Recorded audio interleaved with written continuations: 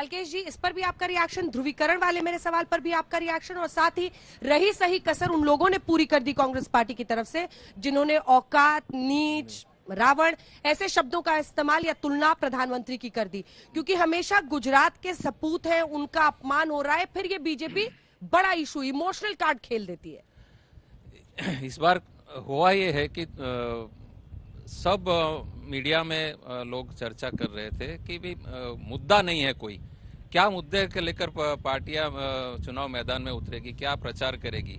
तो क्या हुआ, चुनाव नजदीक आते आते ये सब ध्रुवीकरण के मुद्दे उभर कर आ गए।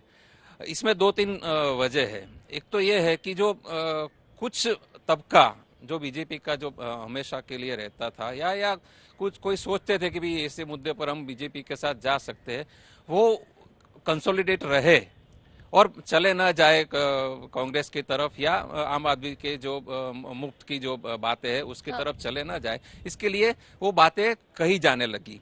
और सबसे बड़ा बात ये है, ठीक है, जो कहा गया, लेकिन उसका असर है ध्रुवीकरण आपकी नजर में नहीं है? नहीं, मुझे नहीं लगता इतना बड़ा नहीं। की नजर में नहीं है, अक्कू जी की नजर में है, आपको लगा कि ध्रुवीकरण हो रहा है, आपकी नजर में क्या है?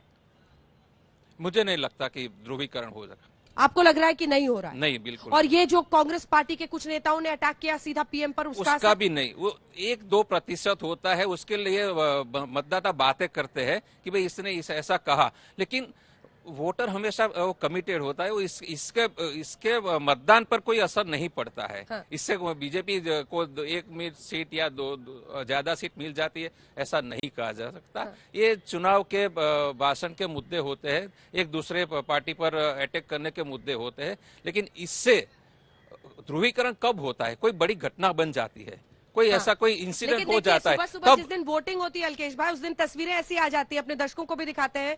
गोपी देखिए, हर्ष सांघवी वहां पर पूजा करने के लिए पहुंचे हैं और पूजा करने की तस्वीरें सामने आ रही है।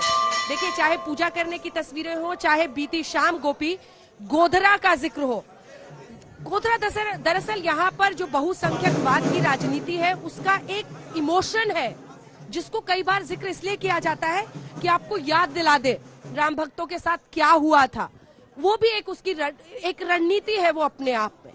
गोपी, बिल्कुल अंजना, देखिए जिस तरीके से आप अगर गृह मंत्री अमित शाह के बयान को भी देखेंगे कि सबक सिखाया था 2002 में, ये क्या चीज थी, क्योंकि कहीं ना कहीं ये कोशिश की जा रही थी कि जो ध्रुवीकरण की राजनीति है, क्योंकि देखिए 27 साल हो गए हैं गुजरात में बीजेपी को एंटी इनकम्बेंसी। अगर बीजेपी कहती है कि एंटी इनकम्बेंसी नहीं है तो ये बात बिल्कुल झूठ है, एंटी इनकम्बेंसी है।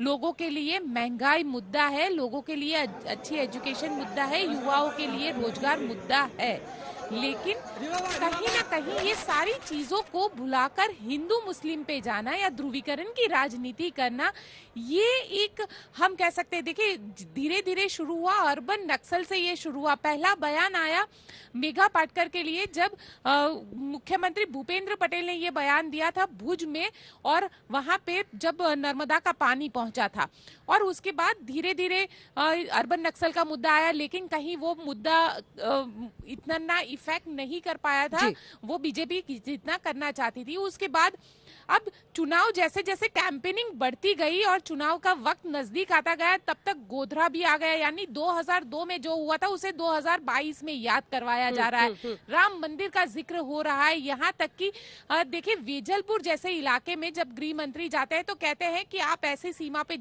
आप चाहते हैं कि लोग यहाँ से दूर रहे या इस जो बॉर्डर इलाके में ना आए, तो उसके लिए आपको बीजेपी को वोट करना पड़ेगा। ये क्या, ये सारी अगर विकास किया है, डेवलपमेंट किया है, तो क्यों इस तरीके के बयान की जरूरत रहती है? अंजना, ठीक है, जल्दी से अक्कू जी आपका एक रिएक्शन, क्योंकि देखिए अब हमने रावण जैसे शब्दों के भी इस्तेमाल का जिक्र किया, दूसरी तरफ ये मुद्दे भी है, और तमाम विपक्षी पार्टियां यही कहती है कि अगर विकास किया है तो विकास के एजेंडे पर लड़िए।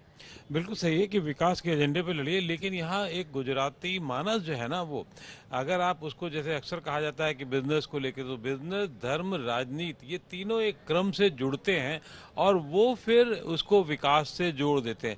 और अभी भी, आज भी आप जितने हमारे संवाददाताओं ने बातचीत की, उन्होंने मना किया कि आप पार्टी का नाम ले लीजिए, लेकिन वो विकास का संदर्भ जिस ओर ले जा रहे थे वो कैसे भी होंगे, वो उसमें एक आदमी भी अभी ऐसा नहीं नहीं दिखा।